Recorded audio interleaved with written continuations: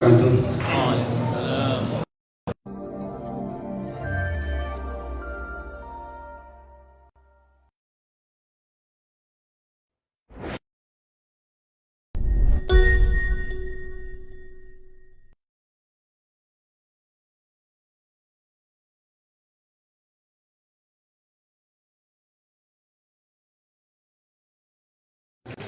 الله تعالى في كتابه الكريم يا أيها الذين آمنوا اتقوا الله حق تقاته ولا تموتن إلا وأنتم مسلمون فإن أصدق الحديث كتاب الله وخير الهدي هدي محمد صلى الله عليه وسلم وشر الأمور محدثاتها وكل محدثات في الدين بدعة وكل بدعة ضلالة وكل ضلالة في النار ثم ما بعد. Jamaah kaum muslimin dan muslimat yang dimuliakan Allah Subhanahu wa taala. Tak jemu-jemunya kita bersyukur kepada Allah Subhanahu wa taala atas limpahan dan rahmat-Nya kita kembali bisa berkumpul bersama di malam yang ke-25 ini di Masjid Ar-Rahmah yang kita cintai ini. Tiada lain tiada bukan hanya untuk melaksanakan ibadah-ibadah yang Allah wajibkan kepada kita, yaitu salat Isya secara berjamaah, dilanjutkan nanti salat tarawih berjamaah. Namun sebelum itu kita akan mendengarkan tausiah kulibas, kuliah 15 menit yang akan disampaikan oleh Al-Ustaz Marwan Hafizahullah. Tak lupa salawat dan salam semoga senantiasa tercurah kepada suri tauladan kita Nabi yang mulia Muhammad Rasulullah sallallahu alaihi wasallam beserta keluarganya, para sahabatnya dan juga orang-orang yang senantiasa mengikuti dan mengamalkan sunnah-sunnah beliau. Jangan lupa banyak salawat dan salam serta istiqomah di jalannya. Mudah-mudahan kita termasuk umat yang akan mendapatkan syafaat beliau taala biiznillah taala, amin ya rabbal alamin. Baiklah, untuk memperhatikan waktu langsung saja kepada Al-Ustaz, waktu dan tempat kami persilakan.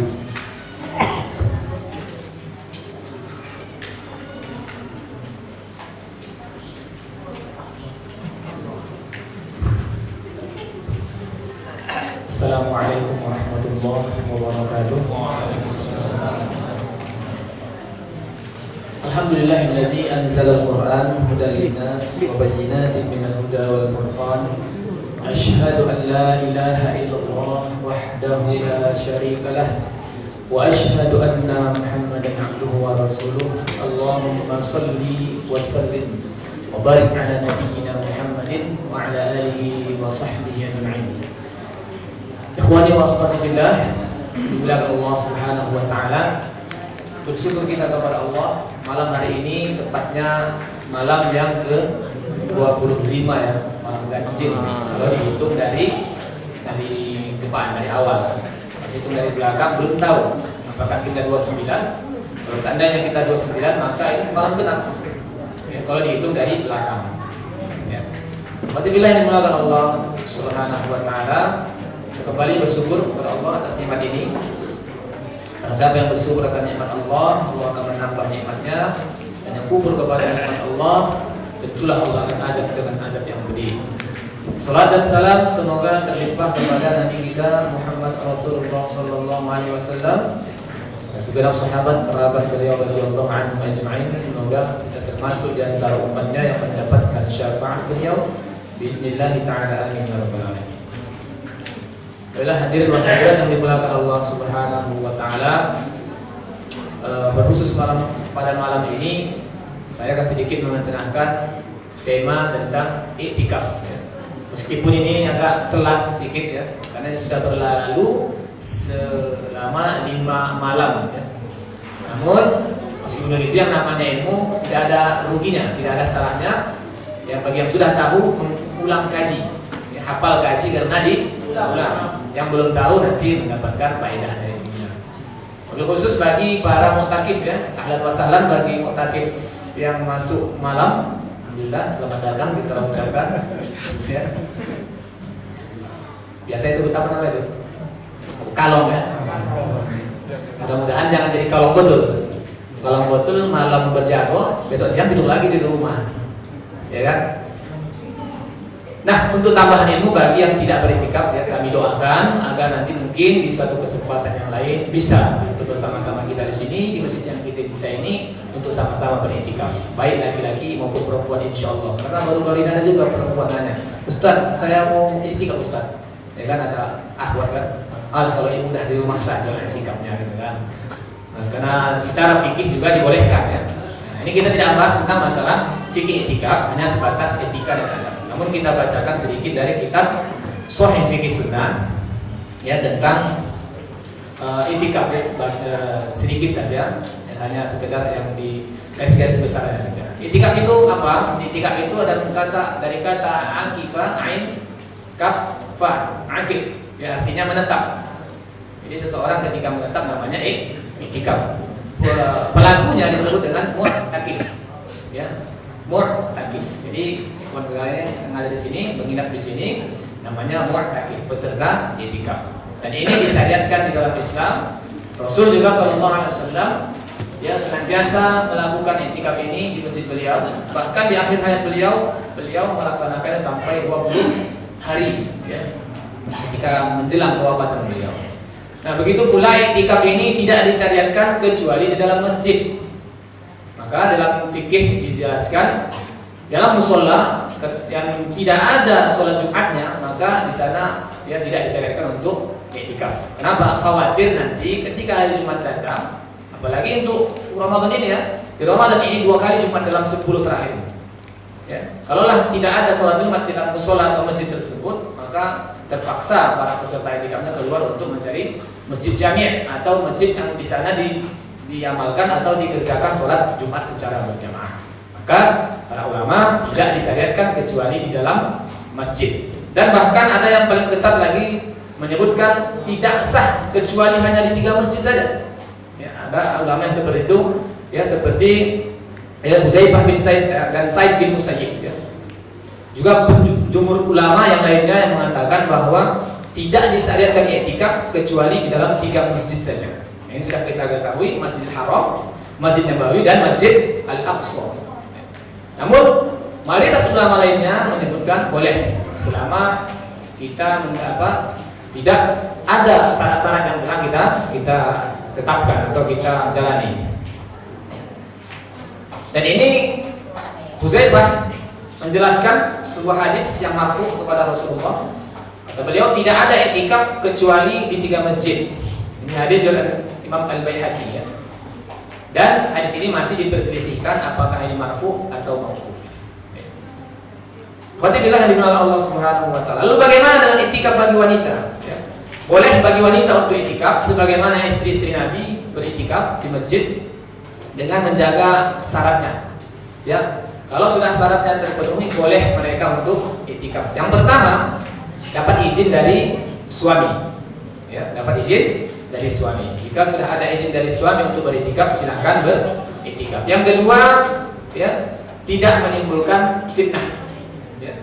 Kalau seandainya wanita tersebut beriktikaf sehingga membuat fitnah di masjid, ya, atau ada ikhwan-ikhwan yang modus ya kan, tengok akhwat ini datang ini beriktikaf ini gitu. Ya, termasuk jangan sampai memperlihatkan dirinya di hadapan ikhwan atau laki-laki. Ini termasuk ya menghilangkan fitnah. Kalau bisa menjaga ini, ya kalau dia punya suami izin dari suaminya, kalau dia belum bersuami dia boleh, ya. Tapi menjaga jangan sampai ada fitnah, ya terfitnahnya laki-laki gara-gara adanya wanita tersebut. Apalagi zaman sekarang ikhwan-ikhwan modus banyak ya. Buaya, ya kan? Assalamualaikum mufti. Ya. Jadi, tapi percayalah para akhwat sekalian, buaya tidak berbahaya ya. Selama dia di air ya. Kalau udah ke darat dia baru buaya ya. Jadi buaya di darat. Akhwatillah yang dimulai Allah Subhanahu wa taala. Nah, puasa sebagian para ulama mengatakan menjadi syarat iktikaf. Kalau mau iktikaf harus berpuasa sebagian. Tapi mayoritas mengatakan nggak mesti puasa. Artinya di luar bulan Ramadan atau ketika dia tidak berpuasa boleh beriktikaf di masjid. Ya, mayoritas ulama ya untuk menjelaskan hal tersebut. Jadi kalau hari biasa pun kalau antum mau iktikaf dan waktunya pun mereka berbeda pendapat apakah harus semalaman suntuk atau hanya sekejap saja. Atau hanya setengah hari hari atau hanya seperempat hari dibolehkan iktikaf menurut dari mayoritas ulama. Jadi kalau bagi yang kerja, mana tahu kan, kerja bangunan, kerja segala macam ya boleh. Ya di sela-sela kesibukannya bekerja, dia beriktikaf beberapa jam di masjid di terdekat-dekatnya, ya dipersilakan. Namun tidak mendapatkan keutamaan iktikaf di 10 malam ya Ramadan. Ikhwani akhwati fillah yang dimuliakan Allah Subhanahu wa taala. Nah, kapan orang iktikaf mulai masuk ke tempat iktikafnya? Di sini dijelaskan bahwa orang yang masuk ke tempat iktikafnya ada hadis Nabi SAW itu masuk ketika subuh 21 Ramadan. Namun pendapat yang paling mendekati kebenaran berdasarkan hadis Nabi juga bahwasanya Rasulullah SAW masuk maghrib malam 21 Ramadan. Ini nggak perlu kita jelaskan dalil-dalilnya karena panjang pembahasannya. Yang jelasnya masuknya itu malam ketika masuk 21 Ramadan pada waktu maghribnya. Nah, apa yang membatalkan iktikaf? Ini perlu diperhatikan. Ya, bagi yang tidak beriktikaf dari tambahan ilmu, yang beriktikaf ini jangan sampai dilakukan. Khawatir nanti batal iktikafnya. Yang pertama, keluar dari tempat iktikaf tanpa ada alasan syar'i atau kebutuhan yang mendesak. Nah, ini kadang menetapkan kebutuhan mendesak nih kadang-kadang jadi polemik. Kita tidak tahu menetapkan mana yang mendesak, mana yang tidak. Namun para ulama menetapkan garis-garis besarnya. Salah satu yang mendesak itu seperti menguburkan orang meninggal, ya. Dan juga seperti mencari makanan untuk dimakan. Ya, kalau memang tidak ada makanan maka boleh untuk keluar. Nanti insyaallah ada pembahasan tentang yang dibolehkan ketika iktikaf. Yang kedua, membatalkan iktikaf juga ketika melakukan hubungan suami istri. Nah ini udah bodoh ini kan, boleh iktikaf sampai lagi kan? Jadi nggak perlu pembahasan di sini ya. Nah, hal-hal yang dibolehkan bagi orang yang beriktikaf ini perlu ya, perhatikan. Yang pertama, keluar dari tempat iktikaf dikarenakan kebutuhan yang mendesak. Nah, ya. Misalnya ini dijelaskan oleh Abu Malik Kamal bin As-Sa'id, keluar untuk mencari makan. Jadi kalau panitia nyuruh, nggak ada lagi yang bisa keluar untuk membeli makanan, maka boleh bagi peserta iktikaf ya, untuk mencari sesuatu untuk dimakan. Jadi tidak membatalkan. Nah, alasan aku ketua tak bisa keluar batal dan ibadah. Makan apa gitu kan? Mau nggak makan? Nah, jadi mencari makan boleh, minum atau buang hajat. Ya, kalau seandainya di masjid tersebut tidak ada ya tempat buang hajat. Kalau masjid itu mulai. Ada guys. Nah, yang kedua, orang yang iktikaf melakukan hal-hal yang boleh. Ini boleh kan? Seperti apa? Berbicara boleh. Ya, ngomong-ngomong berbicara. Berarti jangan sesi komuk saja, ya kan? Berbicara boleh. Ya, makan boleh. Ya. Dan hal-hal yang boleh lainnya, minum, mengunjunginya apa ataupun mengantarkan orang yang mengunjunginya, ya, mengantarkan orang yang mengunjunginya. Ini juga termasuk sunnah dari Nabi kita SAW. Jika beriktikaf dijenguk oleh istrinya, ya, dijenguk oleh nonanya. Yang ketiga, dikunjungi oleh istri juga boleh. Yang keempat, berduaan dengan istri juga dibolehkan. Ini yang jomblo jangan dulu ya, sabar ya. Dalilnya ya, tiga hal ini bisa kita simpulkan dari hadis riwayat Sofiyah radhiyallahu anha bahwa dia datang mengunjungi Rasulullah SAW di masjid pada 10 terakhir bulan Ramadan. Setelah itu dia berbincang-bincang di sisi beliau beberapa lama hingga dia berdiri hendak pulang, maka Nabi SAW ikut berdiri bersamanya ingin mengantarkannya hingga ketika tiba di pintu masjid. Ya, jadi boleh bagi seorang laki-laki yang beriktikaf keluar ya untuk mengantarkan istrinya yang sedang menjenguknya. Ya, hanya sebatas mengantarkan. Ya, mengantarkan dibolehkan.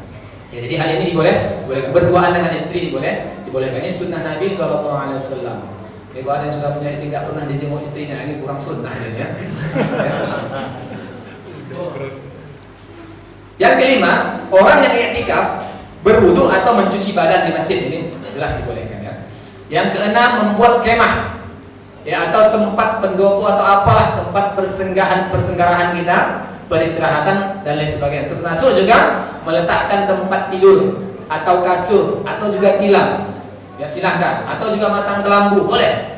Ya, itu ganti daripada tenda. Silahkan dibuat. Ya. Jadi kalau menengok dari peserta itikaf ini, apa? Pakai tempat tidur hebat tidurnya.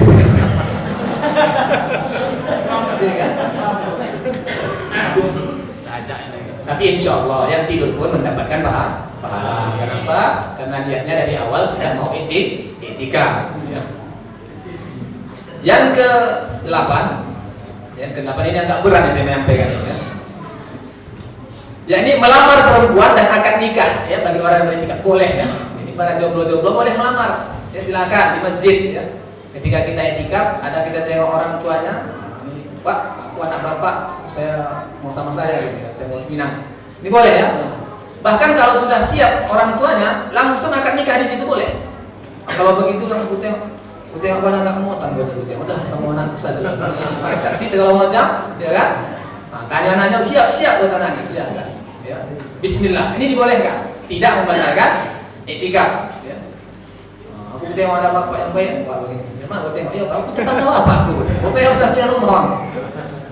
Ya, jadi ini boleh melamar perempuan dan akad nikah bagi orang yang beritikaf. Yang selanjutnya, bahkan seorang wanita yang mustahadah, apa yang mustahadah? Wanita yang mengeluarkan darah dari farjinya, tapi bukan darah haid, namanya darah istihadah. Ini boleh beritikaf di masjid.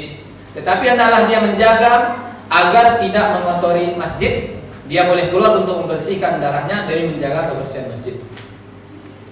Ya. Bapak Ibu Allah Subhanahu wa taala. Dan di antara adab pada itikaf dianjurkan bagi mereka untuk menyibukkan dirinya dengan amalan. Ya, kepada Allah, yakni seperti tilawah Al-Qur'an, zikir, istighfar, berdoa, dan satu lagi yang sering tertinggal ya, terlupakan. Ya karena mungkin wallahu alam tak menghindari apa? Jarang saya dengar ada orang itikaf banyak-banyak bersolawat. Duduk begitu, tapi kalau istighfar sering astagfirullah. Tapi kalau sholawat jarang. Entah kenapa? Kenapa dihindari bersolawat ini ya? Hendaknya kita banyak-banyak bersolawat, berkhusus pada malam pada bulan Ramadan ini ya. Kita khususkan gitu. Kita khususkan diri kita duduk saya bersolawat. Allahumma shalli ala Muhammad, Allahumma shalli ala banyak-banyak, sebanyak-banyaknya. Ini dianjurkan ketika kita beritikaf. Termasuk juga berdoa dan bersolawat kepada Nabi SAW. Termasuk juga mempelajari tafsir Al-Quran, mempelajari hadis. Ya, kita sudah buat program juga mempelajari ilmu agama seperti matan al-jazari kita tajwid kita pelajari, dan juga ada bahasa Arab kita pelajari, dan juga ada kuliah subuh, ada juga tausiah zuhur, tausiah menjelang berbuka. Ini semuanya diperbolehkan dalam rangka mempelajari agama Allah Subhanahu wa taala. Dan dimakruhkan untuk menyibukkan dirinya dengan hal yang tidak bermanfaat, baik perkataan maupun perbuatan. Apa yang tak bermanfaat? Banyak-banyak bersidoro. Nah, dia tak manfaat. Bolehkah kita bergurau? Boleh, ya sekedarnya saja. Ya. Tapi kalau untuk berlebihan, maka ini makruh hukumnya melakukan hal-hal yang tidak bermanfaat. Atau berbincang-bincang terlalu berlebihan sehingga melupakan tujuan utama kita beriktikaf. Ya, beriktikaf. Dan dibolehkan juga kita untuk senantiasa tolong-menolong di dalam sesama peserta iktikaf. Begitu pula dengan orang yang di luar peserta iktikaf boleh menolong. Ya, boleh menolong orang yang beriktikaf. Ya, macamlah pertolongannya seperti tadi kan mengantarkan nasi, ya kan? Ini pertolongan ini. Jadi kita tunggu nanti insyaallah siapa lagi ya. Ya, ini pertolongan. Silakan saling tolong-menolong. Jadi inilah diantara adab-adab iktikaf yang harus kita pahami dan harus kita terapkan sehingga iktikaf kita nanti lebih bermakna, nuansa ibadahnya pun terasa, ya menuai pahala lebih banyak dari sisi Allah Subhanahu wa taala. Terakhir kita berdoa semoga masjid ini tahun depan sudah ada tempat untuk iktikaf para akhwat ya insyaallah. Ya, jadi akhwat-akhwat yang mau iktikaf sudah ada tempatnya karena ini memang kecil. Ya, mungkin bisa jadi setelah ada pelebaran nanti setelah Ramadan ini bisa jadi kita lebih perlebarkan ini masjid, ada tempat khusus bagi akhwat yang aman dari pandangan-pandangan laki-laki untuk mereka bisa beriktikaf 10 malam terakhir ya, bagi yang sanggup melaksanakannya. Insya Allah. Demikian mungkin yang bisa saya sampaikan, semoga bermanfaat ya, menambah ilmu kita dan sebagai ya bahan praktek kita ketika beriktikaf, dan selanjutnya akan senantiasa menuai pahala dari sisi Allah Subhanahu wa taala. Aku qouli hada, mohon maaf atas segala kekurangan, terima kasih atas segala perhatian. Walhamdulillahirabbil alamin. Wassalamualaikum warahmatullahi wabarakatuh. Alhamdulillah, barakallahu fiik, jazakallahu khairan kita ucapkan kepada Ustaz